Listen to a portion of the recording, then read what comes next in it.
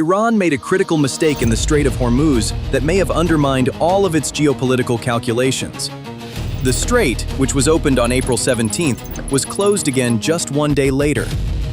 Citing the U.S. blockade operation in the region, the Tehran regime locked down Hormuz once again and opened fire on ships passing through the strait. The Revolutionary Guards intimidated the whole world over the radio with the statement that every ship is a target until the blockade is lifted. But the IRGC was waiting, unaware of what would follow this audacious step. Because the U.S. showed the whole world on live broadcast that the blockade was not just a threat on paper. On April 19th, a massive shadow appeared in the waters of the Gulf of Oman. This was the 275-meter Iranian-flagged cargo ship MV Tuska, which was on the U.S. Treasury Department's sanctions list due to its past illegal activities and weighed almost as much as an aircraft carrier. Tuska was trying to break the naval blockade and enter Iran's port of Bandar Abbas. The Arleigh Burke-class guided missile destroyer USS Spruance, patrolling the region, intercepted the ship. For exactly 6 hours, those striking calls echoed over the radio. Motor Vessel Toska, vacate your engine room. Vacate your engine room. We're prepared to subject you to disabling fire. However, the Iranian crew ignored these warnings and did not deviate from their course. That was the moment the historic intervention, which CENTCOM would later broadcast second by second, took place. Firing its 5-inch Mk-45 gun, the USS Spruance directly struck Tuska's engine room, disabling the massive ship's propulsion system. When the ship was immobilized in the water, U.S. Marines from the 31st Marine Expeditionary Unit swiftly boarded it and completely seized control. This operation went down in records as the very first instance of shots being fired and a seizure taking place in the blockade that began on April 13th. Right after the incident, Donald Trump delivered a shocking message to Tehran from his Truth Social account, announcing that they blew a giant hole in the ship's engine room and that the cargo inside was being inspected moment by moment. With this operation, the U.S. did something massive to be able to unlock the Strait of Hormuz again. But this is just the tip of the iceberg. Because the U.S. announced that it would not stop at seizing the Iranian ship and that the scope of this operation would expand. According to an exclusive report by the Wall Street Journal, the Pentagon has launched a campaign to seize all Iran-linked tankers in international waters in the coming days. The U.S. is deploying its most elite units to the region, one after another, to board Iranian ships. Arleigh Burke-class destroyers, the 31st Marine Expeditionary Unit, SEAL Commandos, Seahawk helicopters, and the amphibious assault ship USS Tripoli descended on the scene with a single order. Added to this were the USS Abraham Lincoln and the USS Gerald R. Ford, which had returned to the Red Sea, along with Super Hornet squadrons, F-35Cs, and P-8 Poseidon reconnaissance aircraft. The AI-supported drones of Task Force 59 started digitally stamping every boat breathing in Hormuz. Currently, around 25 to 35 Iran-linked tankers and ships in Hormuz and the Gulf of Oman are being tracked second by second. This move by Washington was described by Bloomberg and the New York Post as a new phase of naval blockade extending beyond the Middle East. After all this, the picture emerging in the region is clear. Hormuz is no longer just a strait, it is practically a global hunting ground. And what will shake Iran the most is that this hunt has only just begun. To understand how the story got to this point, one needs to go back to the morning of April 18th. Approximately 20 commercial ships frantically altered their course toward Oman in a panic. In this chaotic environment, the IRGC targeted at least 3 oil tankers in Hormuz. Furthermore, the massive Suezmax-class Indian tanker Sanmar Herald, carrying 2 million barrels of Iraqi oil, was subjected to Iran's attacks. The Tehran regime had granted the tanker permission to pass, notifying the captain's name as second on the list. Sepa Navy, this is Motor Tanker Sanmar Herald. You gave me clearance to go. My name second on your list. You gave me clearance to go. You are firing now. Let me turn back. As the ship approached the coast of Oman, IRGC fast attack craft suddenly opened fire. There was no warning. There was no radio call. There was no challenge. The recording that dropped from Sanmar Herald's bridge to tanker trackers was the sound of a nightmare. In those same minutes, a container ship was also hit by a stray bullet. In total, 3 commercial ships were targeted, and at least one took direct damage. The world saw for the first time just how dirty the game Iran was playing truly was. It was during this critical period that the groundwork for the U.S. operation to seize Iranian ships in Hormuz was laid. Donald Trump shared a live performance video of Frank Sinatra's song, My Way, from his own Truth Social account. Military analysts and experts interpreted this post as a very interesting and striking sign that the operation in the region had begun. So, can the military assets that the U.S. has piled into Hormuz, which we mentioned in the introduction, truly unlock the strait? The force the Pentagon has activated in the strait is no ordinary patrol operation. It is a naval and air buildup of a density not seen in the Gulf for decades. The core element is the Arleigh-Burke-class guided missile destroyers. The USS Michael Murphy and USS Frankie Peterson Jr. passed through the strait in early April, taking a vanguard position. Behind them, the world's largest aircraft carrier, the USS Gerald R. Ford, returned to the region via the Red Sea. The Ford is advancing accompanied by 2 destroyers and carries a combat-ready air wing of 90 aircraft. This ship had previously served in Venezuela operations and in conflicts involving Iran. The USS Abraham Lincoln is deployed in the same basin as the carrier, establishing the second major naval bridge. In other words, the U.S. has lined up 2 aircraft carrier strike groups right under Iran's nose at the same time. The truly critical aspect of the situation does not stem from these ships, but from the tankers passing by. VBSS teams, namely Visit, Board, Search, and Seizure squads, are standing by on the deck of every destroyer. Low-risk boarding operations might fall to these routine teams. For ships that resist, the 31st Marine Expeditionary Unit is deployed. Just like in the operation against the ship Tuska, this force operates out of the amphibious assault ship USS Tripoli and is specially trained for opposed boarding. In high-threat seizures, SEAL commandos also take the field. Within the scope of this operation, U.S. commandos in the region have the capability to fast rope onto the ship from the air using MH-60R/S Seahawk helicopters. The helicopters can take off from both destroyer decks and amphibious ships. The USS Lewis B. Puller is the final red line in this hazy scene. This expeditionary sea base ship carries Special Forces and AH-64 Apache attack helicopters in the region.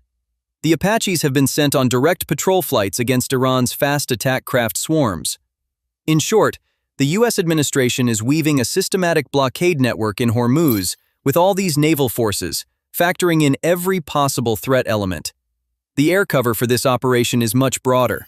F/A-18 Super Hornets and F-35Cs ensure air superiority by flying out from the decks of the aircraft carriers. P-8 Poseidon maritime patrol aircraft are recording every vibration underwater. MQ-4C Triton unmanned aerial vehicles can patrol uninterrupted for hours. KC-135 and KC-46A Pegasus tanker aircraft are keeping the fuel of this entire airborne fleet topped up. Over the last 48 hours, the number of C-17 Globemaster III flights to the Middle East has reached a historic level. The number of transport planes heading to the region was recorded as at least 8, while the number departing was at least 6. Many KC-135R Stratotanker and KC-46A Pegasus tanker aircraft have been under continuous tracking in European and Middle Eastern airspaces. According to Flight Radar 24 data, the most tracked aircraft on April 18th were largely U.S. aerial refueling tankers. The F-35A Lightning II squadrons shifted to the region from RAF Lakenheath are the most closely guarded part of this operation. It was confirmed that at least 18 F-35As were transferred from the UK to the Gulf. In addition to this, F-15E Strike Eagle squadrons and A-10 Thunderbolt II aircraft were also brought into the rotation. But for the IRGC, which is endangering the Strait of Hormuz, the primary deterrent factor will be the U.S.'s AI-supported drone army in the region. Because the U.S. has recently massed unmanned surface vessels and artificial intelligence algorithms in Hormuz, the AI-supported drones are simultaneously extracting the acoustic signature, thermal image, and hull profile of every ship passing through the strait. So even if a ship changes its flag, it can be recognized by the sound produced by its propeller. A tanker that turns off its AIS transponder is automatically flagged as a threat the moment it enters a 5-mile radius. The Gulf is turned into a digital fingerprint scanner rather than a sea, silent, sharp, and invisible to anyone. In other words, Washington is keeping 3 aircraft carrier strike groups at sea, 5 different types of jet fleets in the air, and an artificial intelligence network in the digital layer active all at the same time. This combination is being seen together at this intensity for the first time in the history of the Gulf, and at the center of all this buildup lies a single truth.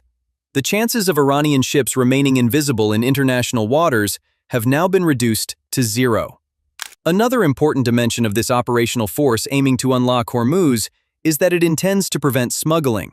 Because for years, Iran has been transporting not only oil but also weapons sent to the Houthis and Hezbollah by sea. Ballistic missile parts, drone engines, cruise missile components, all of these pass through the same routes.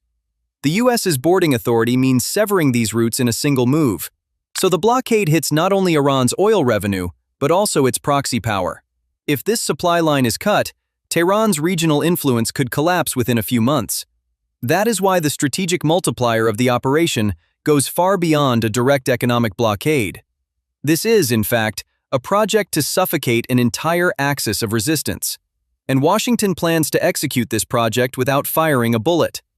The most notable tactical detail in the planned comprehensive operation process is the preferred locations. The U.S. plans to conduct the boarding operations it has initiated not within the narrow Strait of Hormuz, but in the Gulf of Oman and the Arabian Sea. Because within the narrow strait, Iran's fast attack craft and coastal missiles could react at any moment. In open waters, however, U.S. destroyers maintain a 360-degree field of fire and total radar superiority. This choice both protects the lives of U.S. personnel and minimizes Iran's pretext for escalation. Another critical element is the coordination between CENTCOM and Indo-Pacific Command. Iranian oil is being tracked not only in the Gulf, but also along the Indian Ocean, Strait of Malacca, and South China Sea routes. So even if a tanker makes it out of Hormuz, it can be stopped again off the coast of Malaysia. This global network also renders Iran's alternative route tactic useless, which means what we are facing right now is a truly globally scoped Hormuz blockade and boarding operation. However, it would be a mistake to think the story is progressing so one-sidedly. This massive U.S. buildup is facing equally massive risks. The Strait of Hormuz is a narrow water corridor only 33 kilometers wide. In this narrow passage, the IRGC Navy has been stockpiling its asymmetric threat inventory for decades.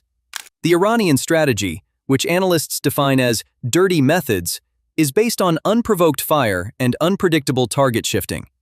The first danger is thousands of naval mines. According to open-source estimates, Iran's mine stockpile is claimed to exceed 5,000. The majority of these mines are triggered by magnetic signatures and can cause irreversible damage to large warships in narrow waters. To counter this threat, the U.S. has deployed unmanned underwater vehicles to Hormuz. Unmanned minesweepers are constantly scanning the threat lanes, but even the discovery of a single mine can alter a destroyer's course for hours. The second major threat is the fast attack craft swarms. Iran has over 180 fast attack craft in its inventory, and most of these carry guided missiles or rockets. The boats can attack simultaneously from multiple directions using the swarm tactic. Their goal is not to sink the target, it is to overload radar and defense systems.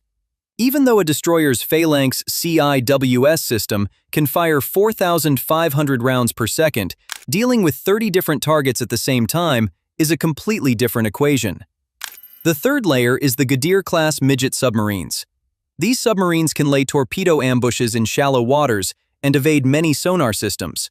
Iran has more than 20 Ghadir submarines in its inventory. Another ring of danger is the mobile anti-ship missile batteries placed along the coastline. Noor and Qadr-class missiles can hit targets more than 200 kilometers away. Hidden in mountain passes, cave mouths, and civilian facilities, these batteries are deployed according to a shoot and scoot doctrine. Seconds after a missile is fired, the launcher is already withdrawn to another coordinate. We must also mention the ever-growing drone arsenal. Iran's Shahed and Mohajer series drones have been tested for years for swarm attacks against aircraft carrier strike groups. The cost of a Shahed 136 drone is around $20,000, whereas an SM-2 missile used to intercept it costs $2 million. This is why the Pentagon has transported laser-based defense systems to the Gulf against Iranian drones under a classified program. In this striking picture, we can see that the U.S. is trying to establish a separate defense ring against each threat layer. Unmanned underwater systems against mines, Apaches and helicopter platforms against fast attack craft. The stealth kill chain of the F-35s against coastal missiles. 24/7, non-stop ISR in the airspace over Hormuz. E-3 Sentry AWACS aircraft are picking up every movement in the air on their radar. E-11 ABACN aircraft are coordinating all communications on the battlefield through a single network. B-52 Stratofortress rotations possess the capability to deliver a heavy blow to Tehran's infrastructure if necessary. But perhaps the most crucial element for Tehran is that, despite the risks, Washington is not stepping back a single millimeter. The goal is simple: to bring Iran's oil exports close to zero, to force the permanent reopening of the strait, and to force Tehran to the nuclear negotiating table on its knees. These three goals will determine all the moves ahead. The picture seen in the first wave of the operation is already very severe. Approximately 90% of the Iranian economy relies on maritime trade. Daily oil exports hover around 1.5 to 2 million barrels. The vast majority of these exports flow through Hormuz to China. If the blockade reaches full capacity, 80 to 90% of this revenue could be cut off instantly. The short-term daily loss is estimated to be between $300 and $500 million. For an economy that Tehran keeps afloat with defense spending, subsidies, and domestic support, this situation equates to a controlled heart attack. Fully loaded tankers waiting at ports like Karg Island, Bandar Abbas, Chabahar, and Asaluya has now become the new norm. The military picture is equally pressured. The IRGC Navy's monthly production capacity does not match the number of missiles the U.S. carries on a single Kearsarge-class ship, meaning Iran's asymmetric strategy was designed not for long-term deterrence, but for a one-shot ambush. However, instead of walking into the ambush, Washington now aims to drain all the water. Right at this point, the story leaps from the Gulf to Islamabad. On the morning of April 19th, two U.S. Air Force C-17 Globemaster III heavy transport planes landed at the Noor Khan Air Base near Islamabad. The roads stretching from the airport to the city were immediately locked down. Islamabad's iconic hotels, Serena and Marriott, evacuated all their guests and took no new reservations until Friday. Extensive security measures were taken in Rawalpindi and Islamabad. Certain roads and hostels were closed. What is striking is this: Iran had initially rejected a new round of negotiations via a Pakistani mediator. But the April 18th gunfire in Hormuz and the U.S. ultimatum that came on the morning of April 19th may have flipped Tehran's calculations upside down within 24 hours. Trump publicly announced it from his own Truth Social account. The first round was held in the same city on April 11th and had ended in failure. But this time, the table is being set with an entirely different weight. The statement Trump made on the morning of April 19th told everyone exactly what kind of tone Washington is speaking with openly. We are offering a very fair deal. If they don't accept, the U.S. will destroy every single power plant and every single bridge in Iran. No more good guys. The equation is getting complicated for Tehran. They will either make concessions in Islamabad and truly open Hormuz, or they will watch as their ships are seized in the strait they thought they closed. Well, what do you guys think about this? We are waiting for your comments. TGN presented. Thank you for choosing us.